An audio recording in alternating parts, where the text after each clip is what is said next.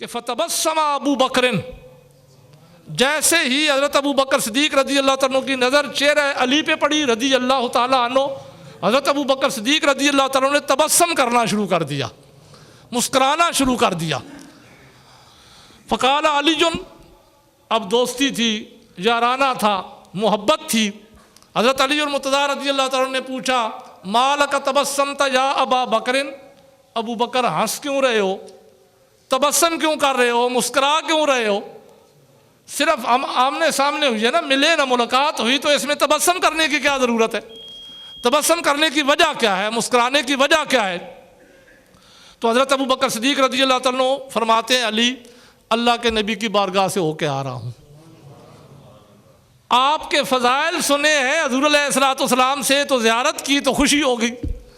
اس لیے تبسم کر رہا ہوں۔ آپ کی فضیلت اللہ کے نبی نے بیان کی، میں ابھی سن کے آ رہا ہوں، تو جیسے ہی آپ پہ نظر پڑی تو خوشی ہوئی تو تبسم کیا۔ تو حضرت علی المرتضیٰ رضی اللہ تعالیٰ عنہ نے پوچھا ابو بکر کون سی فضیلت؟ فرمایا اللہ کے نبی نے فرمایا لا یجوز احد الصراط الا علی کتب لہ الجواز، او کما قال علیہ السلام، حدیث کے الفاظ ہیں کہ حضور علیہ السلام نے فرمایا جنت میں جانے کے لیے پل صراط سے گزرنا پڑے گا، پل صراط سے گزرے بغیر کوئی جنت میں جا نہیں سکتا، اور وہ بال سے زیادہ باریک ہے، تلوار سے زیادہ تیز ہے۔ قرآن کہتا ہے وَإِن مِّنكُمْ إِلَّا وَارِدُهَا كَانَ عَلَىٰ رَبِّكَ حَتْمًا مَّقْضِيًّا، اس میں سے تو ہر کسی نے گزرنا ہے، یہ تو اللہ کا حتمی فیصلہ ہے، تو گزرنا پڑے گا۔ تو حضور علیہ السلام نے فرمایا کہ گزرنا تو ہر کسی کو پڑے گا، لیکن گزرے گا کوئی، جو جنتی ہوگا وہ گزرے گا، جو جنتی نہ ہوگا وہ نہیں گزر سکتا۔ تو فرمایا جنتی ہونے کے لیے، وہاں سے گزرنے کے لیے بھی تو پاسپورٹ کی ضرورت ہوگی، کیونکہ کسی جگہ بھی سفر کرنے کے لیے بغیر شناخت کے تو نہیں سفر ہو سکتا، تو فرمایا پاسپورٹ کی ضرورت ہوگی۔ تو اللہ تبارک و تعالیٰ کے محبوب نے ہمیں فرمایا کہ پاسپورٹ دینے والی ذات علی المرتضیٰ رضی اللہ تعالیٰ عنہ کی، جس کو علی المرتضیٰ رضی اللہ تعالیٰ عنہ اجازت نہ دیں گے وہ کبھی بھی پل صراط سے گزر نہیں سکے گا، وہ جہنم میں جائے گا۔ تو جب یہ بات حضرت ابو بکر صدیق رضی اللہ تعالیٰ عنہ نے بیان کی نہ، فرمایا یہ وجہ ہے میرے تبسم کرنے کی۔ تو حضرت علی المرتضیٰ رضی اللہ عنہ نے فرمایا ابو بکر جب آپ نے میری یہ فضیلت بیان کی نا، تو اب میں بھی بتاتا ہوں کہ آپ کا کیا مقام و مرتبہ ہے۔ جب اللہ کے نبی مجھے یہ مقام دے رہے تھے نا، یہ مرتبہ دے رہے تھے نا کہ علی وہاں پہ تجھے معمور کیا جائے گا رب کی طرف سے، جس کو تو اجازت دے گا وہی پل صراط سے گزر جائے گا۔ ساتھ ہی اللہ کے نبی نے مجھے فرمایا علی یہ خیال کرنا کسی ایسے کو پاسپورٹ نہ دینا جس کے دل میں بغض ابو بکر ہو، اس کو پاسپورٹ دینا، اس کو گزرنے کی اجازت دینا جس کے دل میں حب ابو بکر ہوگا۔ تو یہ آپس میں اتنی ان کی رشتہ داریاں اور محبتیں تھیں، لیکن جہاں چونکہ میں ولایت کے موضوع پہ گفتگو کر رہا تھا، تو جہاں پہ بھی دیکھیے کہ قیامت والے دن بھی ہمیں حدیث سے پتہ چلتا ہے کہ ولایت علی ہی ماننے والا کامیاب ہوگا۔ مزید اچھی ویڈیو دیکھنے کے لیے ہمارا چینل کو لائک، سبسکرائب اور بیل کے بٹن کو دبا دیں۔ شکریہ۔ نحمدہ ونصلی ونسلم علی رسولہ الکریم، اما بعد فاعوذ باللہ من الشیطان الرجیم، بسم اللہ الرحمن الرحیم۔ انما ولیکم اللہ ورسولہ والذین آمنوا، قال اللہ تبارک و تعالی فی شان حبیبہ فی مقام آخر، ان اللہ وملائکتہ یصلون علی النبی یا ایھا الذین آمنوا صلوا علیہ وسلموا تسلیما۔ اللہم صلی علی سیدنا مولانا محمد وعلی آل سیدنا مولانا محمد وبارک وسلم وصلی علیہ۔ الصلاۃ والسلام علیک یا رسول اللہ وعلی آلک وصحابک یا حبیب اللہ۔ یا رسول اللہ انظر علینا، یا حبیب اللہ اسمع قالنا، اننا فی بار عم مغرق خذ ایدینا وسہل لنا اشکالنا۔ بعد حمد و صلاۃ 14 رجب المرجب شریف ہے، اور 13 رجب المرجب شریف کو تواریخ کے اختلاف کے ساتھ، لیکن جمہور اس کو پسند کرتے ہیں کہ حضرت علی المرتضیٰ رضی اللہ تعالیٰ عنہ کی ولادت کا دن ہے۔ حضور علیہ الصلوۃ والسلام کے ساتھ نسبت رکھنے والی ہر چیز سے اہل سنت و جماعت کو پیار ہے۔ اہل سنت و جماعت ہر اس مقام و مرتبے کے آگے سر تسلیم خم کرتے ہیں جو اللہ تبارک و تعالیٰ اور اللہ کے محبوب کے حوالے سے کسی کو بھی ملا ہو۔ جہاں تک مناقب کی بات ہے، حضور علیہ الصلوۃ والسلام کے مناقب بہت سے اصحاب کے بھی بیان کیے جاتے ہیں، اہل بیت اطہار کے افراد کے بھی بیان کیے جاتے ہیں، لیکن کتب حدیث میں سب سے زیادہ مناقب جس ہستی کے ملتے ہیں وہ ہیں حضرت علی المرتضیٰ رضی اللہ تعالیٰ عنہ۔ اگرچہ ہمارا عقیدہ یہی ہے اور یہی سچا عقیدہ ہے کہ افضل البشر بعد الانبیاء حضرت ابو بکر صدیق رضی اللہ تعالیٰ عنہ ہے۔ حضرت علی المرتضیٰ رضی اللہ تعالیٰ عنہ کی بارگاہ میں ہدیہ تبریک پیش کرنے کے لیے آج میں بھی آپ کے چند مناقب بیان کروں گا آپ کے سامنے، لیکن حضرت علی المرتضیٰ رضی اللہ تعالیٰ عنہ کی شخصیت ہمہ جیت شخصیت ہے۔ آپ کے کس پہلو کو لے کر آپ کی بارگاہ میں ہدیہ تبریک پیش کیا جائے، جس پہلو کو بھی آپ اٹھائیں گے آپ کا مقام و مرتبہ وراء المراء ہوگا، اور یہ عقیدہ ہے اہل سنت و جماعت کا۔ میں اس لیے یہ بیان کر رہا ہوں کہ علی المرتضیٰ رضی اللہ تعالیٰ عنہ کے مناقب بیان کرنا یہ اہل سنت و جماعت کا عقیدہ ہے۔ لیکن کون سا مناقب؟ یہ مناقب نہیں کہ آواز آئی نہ یہ پتہ کہ آواز دینے والا کون ہے، کہاں سے آئی، بلکہ حضرت علی المرتضیٰ رضی اللہ تعالیٰ عنہ کے وہ مناقب جو اللہ کی بارگاہ سے حضور علیہ الصلوۃ والسلام نے ہم تک پہنچائے، وہ مناقب، وہ عظمتیں بیان کرنا یہ اہل سنت و جماعت کا وتیرہ ہے۔ آپ کی ایک جیت کے لحاظ سے آج میں آپ کے سامنے گفتگو کروں گا۔ حضرت علی المرتضیٰ رضی اللہ تعالیٰ عنہ کو حضور علیہ الصلوۃ والسلام نے ایک لقب دیا تھا مولا کا، کہ آپ مولا ہیں۔ اب مولا کے بے شمار معنی ہیں، عام فہم آپ کی سمجھ کے لیے جو عام طور پر مولا کا معنی لیا جاتا ہے، مولا کا معنی دوست بھی ہے، مولا کا معنی ولی ہے، مددگار ہے، رفیق ہے، ساتھی ہے۔ تو مددگار کے لحاظ سے میں آپ کے گوش گزار کرنا چاہتا ہوں اس معنی کے لحاظ سے کہ حضرت علی المرتضیٰ رضی اللہ تعالیٰ عنہ کو اللہ تبارک و تعالیٰ نے یہ مقام و مرتبہ عطا کیا تھا کہ آپ لوگوں کے مددگار تھے، لوگوں کی مدد کیا کرتے تھے۔ ریاض النظرہ کے اندر چھٹے پارے کی جو آیت مقدسہ جس کا کچھ حصہ میں نے آپ کے سامنے تلاوت کیا، اس کے شان نزول میں یہ بات بیان کی گئی ہے اور اس کی تفسیر میں یہ بات بیان کی گئی ہے کہ حضرت علی المرتضیٰ رضی اللہ تعالیٰ عنہ نماز پڑھ رہے تھے، ایک سائل آیا سوال کرنے کے لیے، مانگنے کے لیے، اسے ضرورت تھی کسی چیز کی۔ اب بہت سے لوگ وہاں کے عرب کے بڑے سردار بھی بیٹھے ہوئے تھے، حضرت علی المرتضیٰ رضی اللہ تعالیٰ عنہ حالت نماز میں تھے۔ اس سائل نے سب سے مانگا لیکن اسے کسی نے کچھ نہیں دیا، سب نے اسے ٹال دیا، اس کی مدد کرنے کے لیے کوئی نہیں تیار ہوا۔ تو صاحب ریاض النظرہ فرماتے ہیں کہ جب حضرت علی المرتضیٰ رضی اللہ تعالیٰ عنہ حالت نماز میں اس کیفیت کو دیکھتے ہیں کہ وہ سب سے سوال کر رہا ہے، کوئی اسے دے نہیں رہا، تو آپ نے اپنی اس انگلی میں انگوٹھی پہن رکھی تھی تو اسے اشارے کے ساتھ اپنی انگلی کی طرف دعوت دی۔ وہ آیا، اس نے آ کر آپ کی انگلی سے انگوٹھی اتار لی۔ جب یہ مقام و مرتبہ حضور علیہ الصلوۃ والسلام کے سامنے بیان ہوا تو اللہ تبارک و تعالیٰ کے محبوب نے یہ آیت تلاوت کی۔ آپ نے فرمایا کہ انما ولیکم اللہ ورسولہ، بے شک تمہارا ولی اللہ بھی ہے، ورسولہ، اور تمہارا ولی اس کا رسول بھی ہے۔ والذین آمنوا، اگر مطلقاً آیت کو دیکھا جائے تو اس میں تو مومن کہا گیا، حضرت علی المرتضیٰ رضی اللہ عنہ کا نام نہیں لیا گیا کہ تمہارے ولی، تمہارے مددگار مومن بھی ہیں۔ اللہ تبارک و تعالیٰ نے تو قرآن مجید میں یہ فرمایا، لیکن جب خاص شان نزول ہوا یا حضور علیہ الصلوۃ والسلام نے خاص موقع پہ اس کو تلاوت کیا تو اس سے مراد یہ ہوا کہ اللہ نے گویا یوں فرمایا کہ مومنو تمہارے مددگار تمہارا اللہ بھی ہے، رسول بھی ہیں، اور تمہارے مددگار علی بھی ہیں۔ یہ آپ کی ولایت کا منہ بولتا ثبوت ہے جو قرآن مجید کی آیت سے ثابت ہے۔ اس کے بعد آپ کے اسی اگر مرتبے کو حدیث کے ذریعے دیکھا جائے تو کنز العمال شریف کی ایک حدیث مبارکہ ہے، ابن بریدہ رضی اللہ تعالیٰ عنہ روایت کرتے ہیں، اپنا واقعہ بیان کرتے ہیں۔ حضرت ابن بریدہ رضی اللہ تعالیٰ عنہ فرماتے ہیں کہ میں حضور علیہ الصلوۃ والسلام کے دور میں یمن کی طرف جہاد کرنے کے لیے گیا،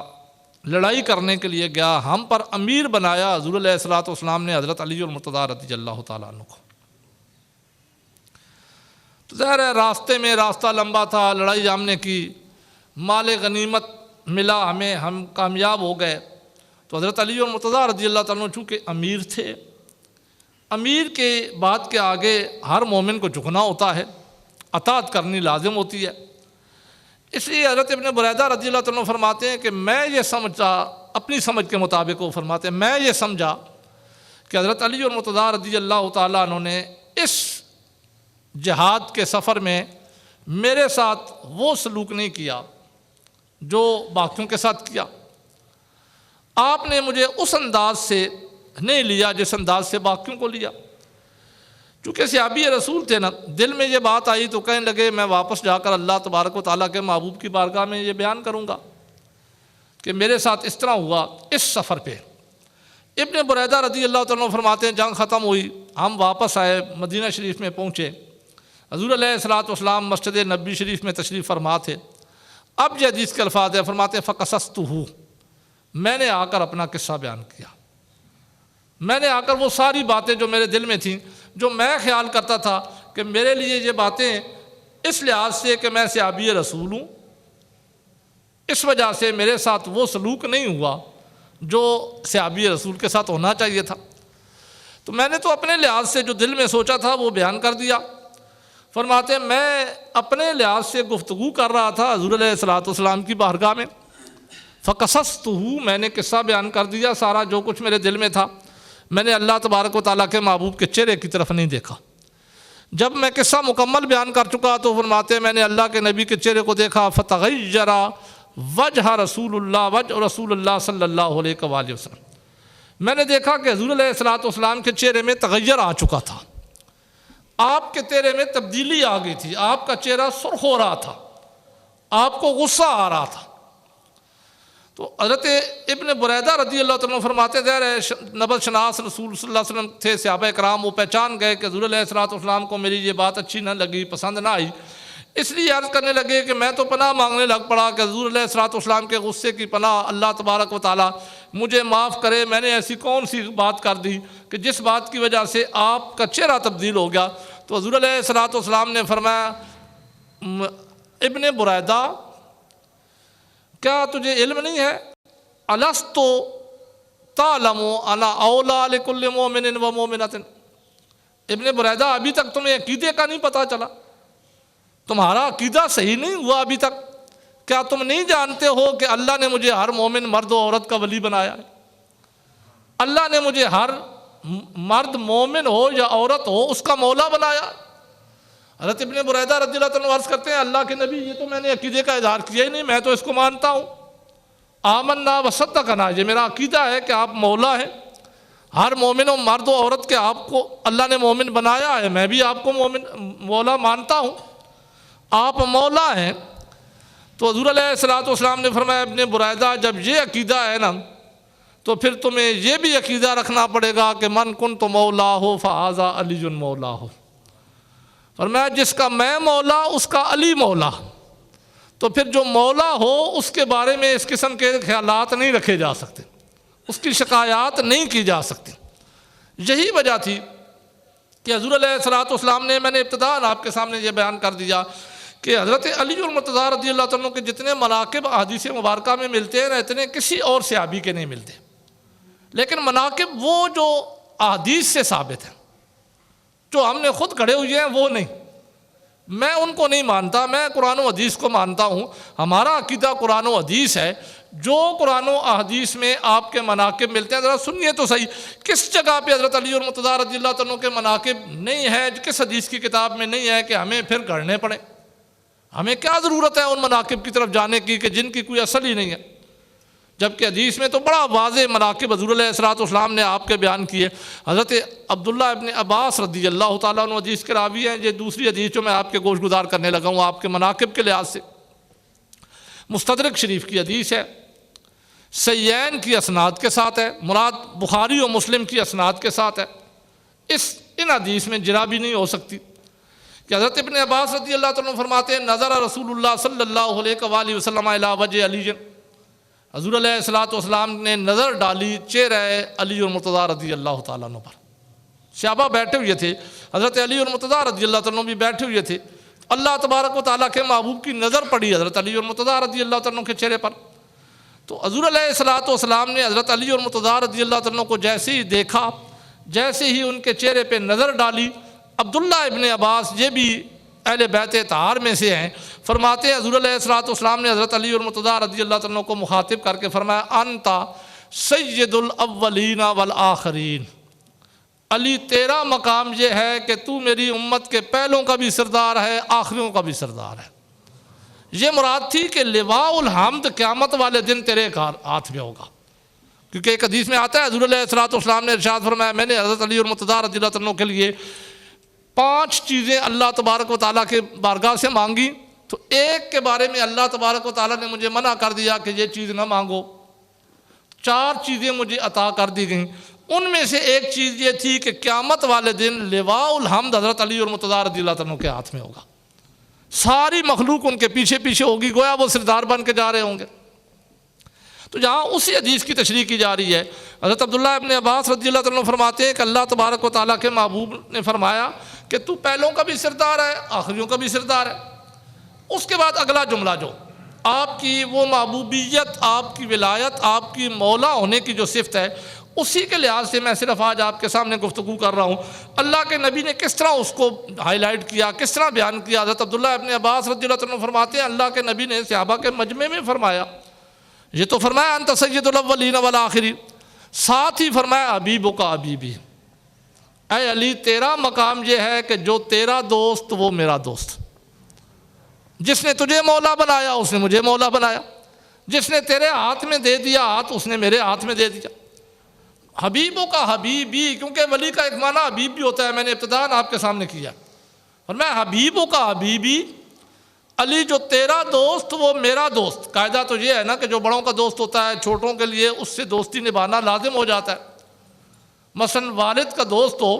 تو اولاد کے لیے اس سے اچھا سمجھنا، اس سے دوستی کا حق ادا کرنا اولاد والد کے فوت ہونے کے بعد تو واجب ہو جاتا ہے، والد کی زندگی کے اندر بھی اس کو خوش کرنے کے لیے لازم ہے، لیکن والدین کے لیے اولاد کے دوستوں سے دوستی کرنا تو کوئی واجب نہیں ہے۔ یہاں معاملہ الٹ ہے، حضور علیہ الصلوۃ والسلام بمنزلے والد کے ہیں، حضرت علی اور مرتضیٰ رضی اللہ عنہ بمنزلے اولاد کے ہیں، لیکن اللہ کے نبی فرما رہے ہیں حبیبوں کا حبیبی، اے علی جو تیرا دوست وہ میرا دوست، وحبیبی حبیب اللہ۔ آگے یہاں تک سے یہ نہیں رکھا، فرمایا اور جو میرا دوست وہ اللہ کا دوست۔ گویا جہاں پہ فرما دیا علی جو تیرا دوست وہ اللہ کا دوست، میرے وسیلے سے وہ اللہ کا دوست، کیونکہ تیرا دوست میرا دوست، میرا دوست اللہ کا دوست۔ پھر دوسری سائڈ بھی اللہ تبارک و تعالیٰ کے محبوب نے بیان کر دی، فرمایا وعدوک عدوی، علی جو تیرا دشمن وہ میرا دشمن، وعدوی عدو اللہ، جو میرا دشمن وہ اللہ کا دشمن۔ یہ جملہ ارشاد فرمانے کے بعد حضور علیہ الصلوۃ والسلام نے پھر بھی اختتام نہیں کیا، حدیث یہاں بھی نہیں ختم ہوئی۔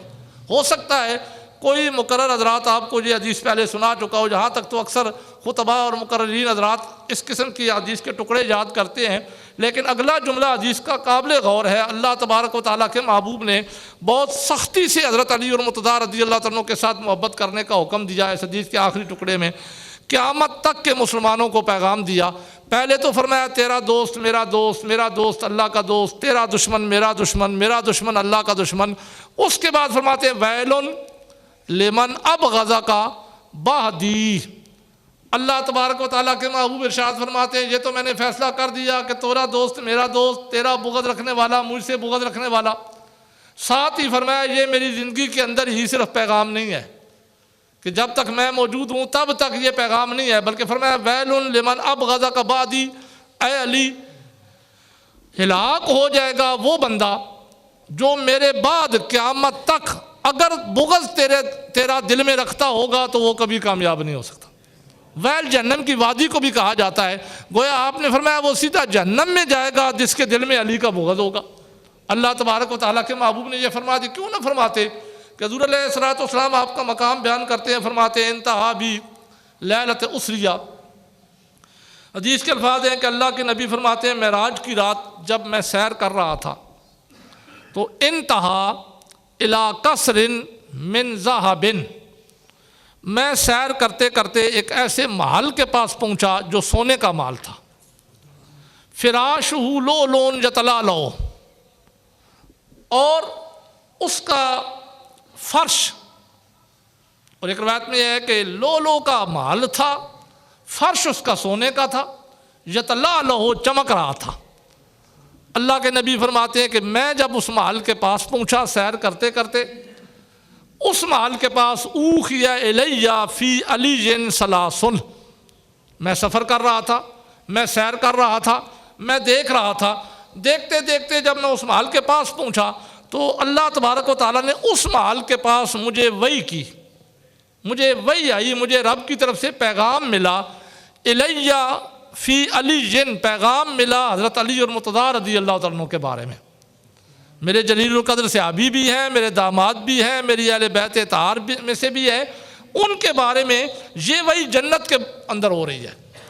یہ دنیا کے کسی مقام پہ نہیں ہو رہی ہے۔ حضور علیہ الصلوۃ والسلام خود ارشاد فرماتے ہیں کہ جنت میں جب میں سیر کر رہا تھا معراج کی رات تو اس محل کے پاس اللہ تبارک و تعالیٰ نے مجھے وحی کی، اور وحی کی حضرت علی اور مرتضیٰ رضی اللہ عنہ کے بارے میں، تو اللہ تبارک و تعالیٰ کے محبوب نے مجھے 3 چیزوں کی وحی کی علی کے بارے میں۔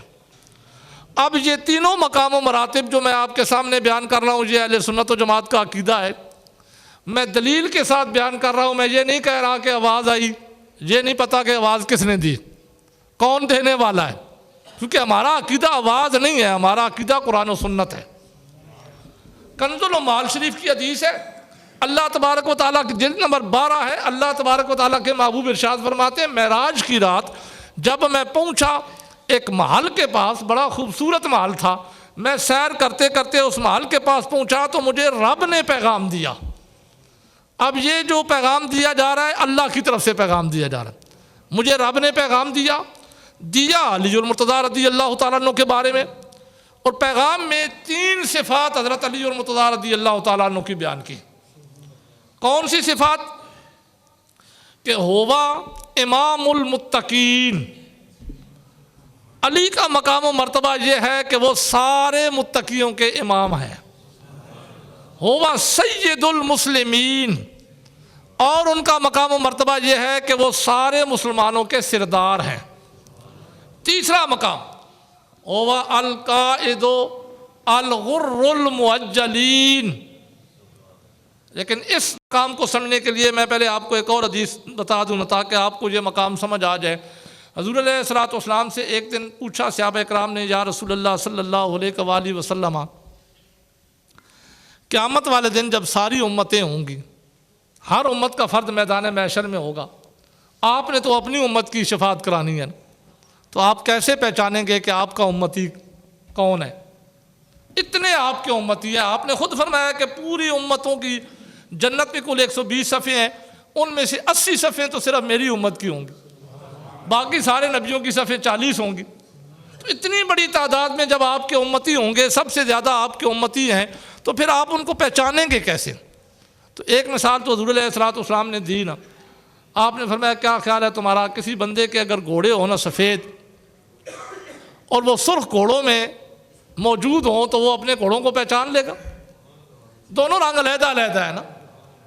تو صحابہ نے عرض کی، یا رسول اللہ صلی اللہ علیہ وآلہ وسلم، یہ تو آسان ہے پہچاننا۔ آپ نے فرمایا اسی طرح میں بھی اپنی امت کو پہچانوں گا۔ اب صحابہ کرام کو سمجھ نہیں آئی کہ یہ سرخ و سفید گھوڑوں کی مثال امت سے کیسے دی جا رہی ہے، تو صحابہ کرام نے عرض کی یا رسول اللہ صلی اللہ علیہ وآلہ وسلم وہ تو رنگ ہوتا ہے جو نشانی ہوتی ہے کہ جس کی وجہ سے مالک اپنے گھوڑوں کو پہچان لیتا ہے۔ اب انسان تو سارے ایک جیسے ہیں، ان میں ہر رنگ کے پائے جاتے ہیں، ساری امتوں کے اسی طرح رنگ ہوں گے، تو آپ اپنی امت کو کس طرح پہچانیں گے، کون سی نشانی ہوگی؟ تو وہاں پہ حضور علیہ الصلوۃ والسلام نے فرمایا غر المعجلین، کہ میری امت کے اعضاء چمکتے ہوئے ہوں گے۔ ان کے ہاتھوں کو دیکھو گے وہاں سے چمک نکلے گی، چہرے کو دیکھو گے وہاں سے چمک نکلے گی، پاؤں کو دیکھو گے وہاں سے چمک نکلے گی، باقی کسی نبی کے امتیوں کی ان اعضاء پہ چمک نہیں ہوگی، میری امت کے ان اعضاء پہ چمک ہوگی، تو اس چمک کی وجہ سے میں سارے امتیوں میں سے اپنے امتیوں کو پہچان لوں گا۔ اب یہ چمک کس چیز کی ہے؟ وضو کرتے ہو نا تو 3 اعضاء کو دھوتے ہو نا، پانی پہنچاتے ہو نا، تو جن جن اعضاء پہ پانی لگتا ہے وہ قیامت والے دن بندہ مومن کے اعضاء چمکتے ہوئے ہوں گے، جن کی وجہ سے اس کی پہچان ہوگی کہ یہ آخری نبی کا امتی ہے۔ اب جس نے ساری زندگی پاؤں دھوئے ہی نہیں ہے اس کی چمک کیسے آئے گی؟ جس نے وضو ہی نہیں کیا ہے ساری زندگی اس کی چمک کیسے آئے گی؟ نہیں ہوگی نا اس کی چمک، اس کی پہچان بھی نہیں ہو سکے گی۔ اب اللہ تبارک و تعالیٰ کے محبوب جو حضرت علی اور مرتضیٰ رضی اللہ عنہ کی عظمت بیان کر رہے ہیں نا، اس کو اب جب یہ سمجھ چکے تو آپ کے لیے سمجھنا آسان ہوگا۔ حضور علیہ الصلوۃ والسلام نے یہاں پہ بھی فرمایا مجھے رب نے وحی کی، رب نے فرمایا علی تیرا مقام و مرتبہ یہ ہے کہ اپنے علی کو بتا دو کہ القائد الغر المحجلین، جن جن کے اعضاء چمکتے ہوئے ہوں گے قیامت والے دن حضرت علی اور مرتضیٰ رضی اللہ تعالیٰ عنہ آگے آگے ہوں گے، ان کے قائد ہوں گے، وہ ان کے پیچھے جیسے علی اور مرتضیٰ رضی اللہ تعالیٰ عنہ جنت میں داخل ہوں گے وہ بھی ان کے پیچھے پیچھے جنت میں چلے جائیں گے، لیکن یہ ان کے ہوں گے جن کے اعضاء چمکتے ہوئے ہوں گے۔ اب یہ فیصلہ کرنا قوم کا اپنا ہے کہ اگر ہم نے علی اور مرتضیٰ رضی اللہ عنہ کے ساتھ چلنا ہے تو اعضاء کو تو چمکانا ہوگا، تو اعضاء چمکیں گے پاؤں دھونے کے ساتھ۔ اگر ہم اس پہ ہی جھگڑا کرتے رہیں کہ پاؤں دھونے ہی نہیں ہیں تو پھر ہم علی کے ساتھ کیسے ہوں گے؟ اللہ تبارک و تعالیٰ کے محبوب نے تو بیان کر دیا، فرمایا القائد الغر المحجلین، فرمایا یہ اللہ تبارک و تعالیٰ نے مجھے وحی کی، اور وہ وحی یہاں پہ بھی نہیں کی، دنیا کے اندر بھی تو وحی ہو سکتی تھی، یہ تو معراج کی رات وحی ہوئی، اس جگہ پہ ہوئی جب میں ایک ایسے محل کے پاس پہنچا جو موتیوں کا محل تھا، سونے کا فرش تھا، چمک رہا تھا، وہاں پہ اللہ تبارک و تعالیٰ نے مجھے حضرت علی اور مرتضیٰ رضی اللہ عنہ کے بارے میں یہ پیغام دیا کہ اے محبوب اپنے علی کو بتا دو کہ ان کا مقام و مرتبہ یہ ہے کہ قیامت والے دن آگے آگے وہ ہوں گے، پیچھے پیچھے آپ کی امت ہوگی۔ جس امت کو آپ پہچانیں گے غر المعجلین کے ساتھ، وہی امت غر المعجلین والی آپ پہچان کر اشارہ کریں گے، علی اور مرتضیٰ رضی اللہ تعالیٰ عنہ نے لے کر جنت میں چلے جائیں گے۔ تو اس سے بھی یہ پتہ چلا کہ جنت میں جانے کے لیے علی اور مرتضیٰ رضی اللہ عنہ کی محبت ضروری ہے۔ اسی لیے اب آخری روایت 2 منٹ ہے، الروض النظرہ کے اندر بھی یہ حدیث ہے، الصواعق المورقہ کے اندر بھی یہ حدیث ہے۔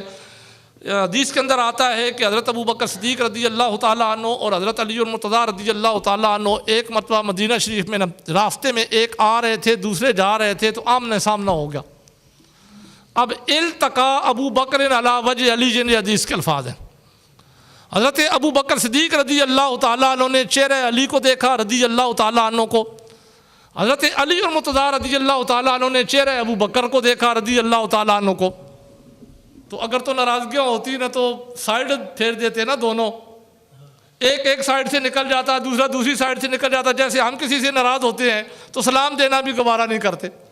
ہم تو ایمان بھی اس کا پھر قبول نہیں کرتے کہ وہ کلمہ بھی پڑھتا ہے یا نہیں، حالانکہ سلام تو ہر پہچانتے ہو یا نہیں پہچانتے ہو، مومن کو دینا یہ ضروری واجب ہوتا ہے، لیکن ظاہر ہے ہماری ناراضگی ہوتی ہے تو ہم اس طرح کے عمل کرتے ہیں۔ اب اگر وہ ناراضگی تھی تو وہ بھی اسی طرح ہوتا، لیکن حدیث تو کچھ اور کہتی ہے کہ فتبسم ابو بکر، جیسے ہی حضرت ابو بکر صدیق رضی اللہ عنہ کی نظر چہرہ علی پہ پڑی رضی اللہ تعالیٰ عنہ، حضرت ابو بکر صدیق رضی اللہ تعالیٰ عنہ نے تبسم کرنا شروع کر دیا، مسکرانا شروع کر دیا۔ فقال علی جن، اب دوستی تھی، یارانہ تھا، محبت تھی، حضرت علی المرتضیٰ رضی اللہ تعالیٰ نے پوچھا مالک تبسمت یا ابا بکر، ابو بکر ہنس کیوں رہے ہو، تبسم کیوں کر رہے ہو، مسکرا کیوں رہے ہو؟ صرف آمنے سامنے ہوئی ہے نا، ملے نہ ملاقات ہوئی، تو اس میں تبسم کرنے کی کیا ضرورت ہے؟ تبسم کرنے کی وجہ کیا ہے، مسکرانے کی وجہ کیا ہے؟ تو حضرت ابو بکر صدیق رضی اللہ تعالیٰ عنہ فرماتے ہیں علی، اللہ کے نبی کی بارگاہ سے ہو کے آ رہا ہوں، آپ کے فضائل سنے ہیں حضور علیہ السلام سے، تو زیارت کی تو خوشی ہو گئی، اس لیے تبسم کر رہا ہوں۔ آپ کی فضیلت اللہ کے نبی نے بیان کی، میں ابھی سن کے آ رہا ہوں، تو جیسے ہی آپ پہ نظر پڑی تو خوشی ہوئی تو تبسم کیا۔ تو حضرت علی المرتضیٰ رضی اللہ تعالیٰ عنہ نے پوچھا ابو بکر کون سی فضیلت؟ فرمایا اللہ کے نبی نے فرمایا لا یجوز احد الصراط الا علی کتب لہ الجواز، او کما قال علیہ السلام، حدیث کے الفاظ ہیں کہ حضور علیہ السلام نے فرمایا جنت میں جانے کے لیے پل صراط سے گزرنا پڑے گا، پل صراط سے گزرے بغیر کوئی جنت میں جا نہیں سکتا، اور وہ بال سے زیادہ باریک ہے، تلوار سے زیادہ تیز ہے۔ قرآن کہتا ہے وَإِن مِّنكُمْ إِلَّا وَارِدُهَا كَانَ عَلَىٰ رَبِّكَ حَتْمًا مَّقْضِيًّا، اس میں سے تو ہر کسی نے گزرنا ہے، یہ تو اللہ کا حتمی فیصلہ ہے، تو گزرنا پڑے گا۔ تو حضور علیہ السلام نے فرمایا کہ گزرنا تو ہر کسی کو پڑے گا، لیکن گزرے گا کوئی، جو جنتی ہوگا وہ گزرے گا، جو جنتی نہ ہوگا وہ نہیں گزر سکتا۔ تو فرمایا جنتی ہونے کے لیے، وہاں سے گزرنے کے لیے بھی تو پاسپورٹ کی ضرورت ہوگی، کیونکہ کسی جگہ بھی سفر کرنے کے لیے بغیر شناخت کے تو نہیں سفر ہو سکتا، تو فرمایا پاسپورٹ کی ضرورت ہوگی۔ تو اللہ تبارک و تعالیٰ کے محبوب نے ہمیں فرمایا کہ پاسپورٹ دینے والی ذات علی المرتضیٰ رضی اللہ تعالیٰ عنہ کی، جس کو علی المرتضیٰ رضی اللہ تعالیٰ عنہ اجازت نہ دیں گے وہ کبھی بھی پل صراط سے گزر نہیں سکے گا، وہ جہنم میں جائے گا۔ تو جب یہ بات حضرت ابو بکر صدیق رضی اللہ تعالیٰ عنہ نے بیان کی نہ، فرمایا یہ وجہ ہے میرے تبسم کرنے کی۔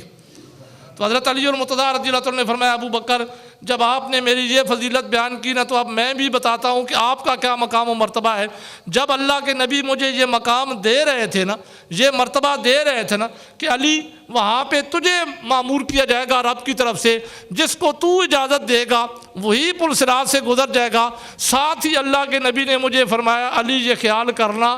کسی ایسے کو پاسپورٹ نہ دینا جس کے دل میں بغض ابو بکر ہو، اس کو پاسپورٹ دینا، اس کو گزرنے کی اجازت دینا جس کے دل میں حب ابو بکر ہوگا۔ تو یہ آپس میں اتنی ان کی رشتہ داریاں اور محبتیں تھیں، لیکن جہاں چونکہ میں ولایت کے موضوع پہ گفتگو کر رہا تھا، تو جہاں پہ بھی دیکھیے کہ قیامت والے دن بھی ہمیں حدیث سے پتہ چلتا ہے کہ ولایت علی ہی ماننے والا کامیاب ہوگا،